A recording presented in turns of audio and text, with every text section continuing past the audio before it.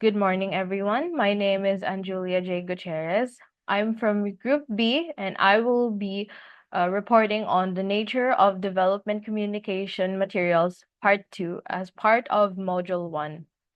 So, first, let me give you a bit of an introduction.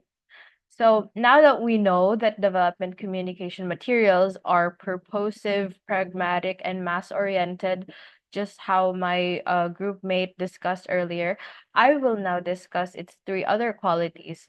So together, all of these concepts paints a clear picture of how development communication materials differs from other types of communication materials. But first, let's have a bit of a recap on the first three natures of development communication. So first, development communication materials are purposive. So this one is largely tied to the greater good of fulfilling development objectives with a certain message or material. So it's important to assess the needs of our audience to match the medium to be used to the purpose of our message. So it's important to know your audience and also know what kind of material will work best in conveying your message in a way that your audience would easily understand. And next, development communication materials are pragmatic. So like it says on our textbook, why should we spend thousands of pesos on a TV spot when some messages or some information can be presented with just a simple poster or an infographic? Um, so here, when it's what it means by it is pragmatic, the success of a material is not necessarily measured by viewership, but uh, the way that it reaches development objectives. And next, DevCom materials is mass oriented. So here, the intended audience is usually those who are underprivileged, less educated, and with little to no access to information. So this may include the elderly and who don't always have access to internet or smartphones. So in short, it must be understandable to anyone seeing it. So it doesn't need to be like an exclusive thing that only certain people can access. DevCom materials can be accessible to any should and can be accessible to anyone who needs to learn or needs to be informed. So um the first the first nature of DevCom materials that I will be discussing is it is scientific in outlook. So as you can see here on my screen, there's a sort of chart about the scientific method. This is the same scientific method that we've been taught even in first grade. So um as students of development communication, we're taught that any situation or problem can be approached in a systematic way that is reminiscent of the scientific method, like as you can see here. So this means that development communication requires really careful planning, which includes, like I said earlier, identifying your purpose and especially your intended audience, as well as the available resources that can do the job or that can effectively convey your message. So DevCom encourages communicators like us to be proficient in our specific fields so that we can effectively communicate developmental messages. Um, so what do I mean by that?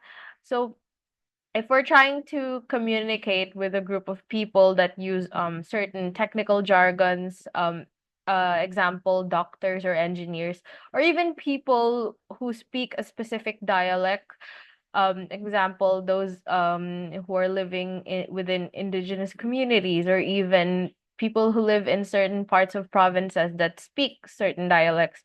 DevCom materials must be methodically planned to be effective. So it has to be somewhat relatable to them, somewhat spoken in a language that they would understand, with correct jargons and with correct expressions, if you may. So here I have the essential elements for effective science communication. So in short, DevCom materials answers the who, the why, the what, and the how. So along with approaching things through through the scientific method when developing DevCom materials, um they need to effectively answer all these questions and have a clear purpose. So here I have examples for this. This first infographic is from the World Health Organization during the time when COVID was still rampant. Here we have, avoiding the three C's, like crowded places, close contact settings, and confined and enclosed spaces.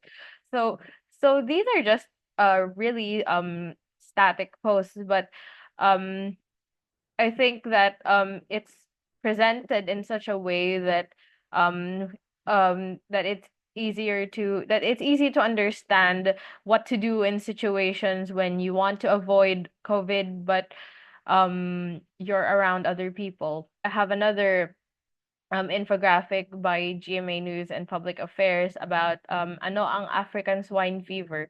So this one is created in Filipino with a little bit of English mixed in. So I think this one is also a good example of knowing your audience, which is the common Filipino, so that they can understand what African swine fever is, and identifying its causes and its symptoms.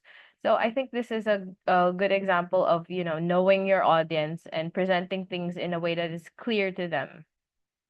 The next quality of development communication materials that I will be discussing is it is relevant. Um, Development communication strives to be relevant by focusing on topics that are given less attention in the mass media. So these usually include topics like environmentalism, science, agriculture, and the population issue in the Philippines, and even education. So as practitioners of development communication, we must not simply report on or write about specific events as it is. We can't rely on certain level facts or information. Instead, we must be able to identify and talk about its impact on the impact of these news in community development. So we have to look at things through a DevCom lens.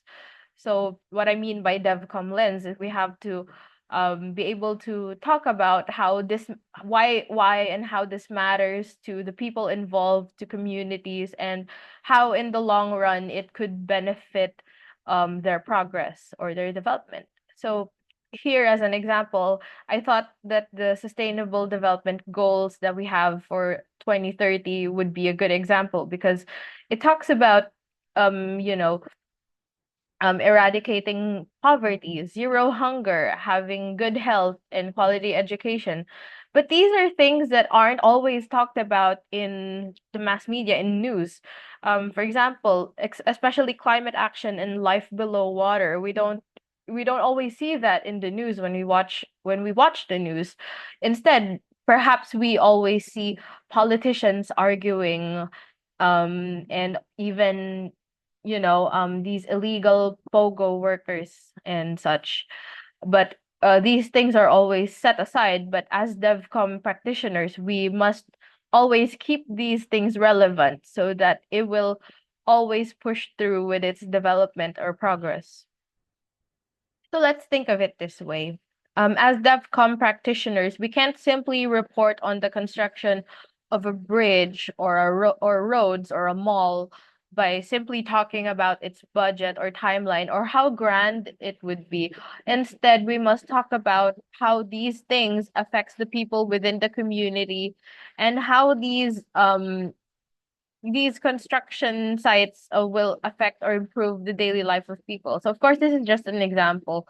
So the point of DevCom materials, it must be able to see things through a uh we must see things through a DevCom lens. Like I said earlier, we must always take into account the real experiences of the people involved.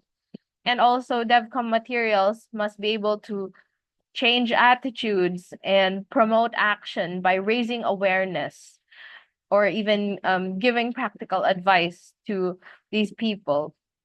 So lastly, development communication materials is value laden. So what do I mean by value laden? Well, DevCom materials are value laden because the significance of information increases with the values attached to it. So us as DevCom practitioners, we focus on promoting values that enhance well-being and empower individuals. So by highlighting these values, we can better address challenges and opportunities that influence national development to encourage greater awareness and action within people and communities. So, like I mentioned earlier, that the more pressing issues in the Philippines, like our SDGs, aren't always covered by the mass media or the news. So, the more we talk about the more we talk about why these more pressing issues matter to our community, the more that it gets coverage, the more people talk about it, and the more we get to do something about it so that the lives of Filipinos will better improve in these certain aspects. So let's think of it this way. Mass media often sensationalizes or headlines the latest and most outrageous events involving politicians and certain groups. However, by focusing on more pressing issues in the country, we can amplify the voices of those who would otherwise remain unheard. So these people usually are the people who are living in poverty, people who are hungry, and people who are living in dangerous situations that subject them to daily abuse or exploitation. So here I just have like a simple comic on not just about it's not just about the government's budget, but it could also be um the things that the media covers nowadays. So mostly they give very little attention to things like education, health, or proper housing. So now let's look back at what sets DevCom materials apart. So DevCom materials are purposive, pragmatic, mass-oriented, scientific in outlook, relevant, and value-laden. So, in conclusion, producing materials for development communication involves a systematic approach that requires thorough research on both the target audience and the chosen medium. Development communication materials do not merely present surface level facts, instead, they analyze and address issues through a developmental lens. The primary goal of these materials is to empower individuals and encourage behaviors that contribute to both personal and community development. Thank you very much for listening to my report.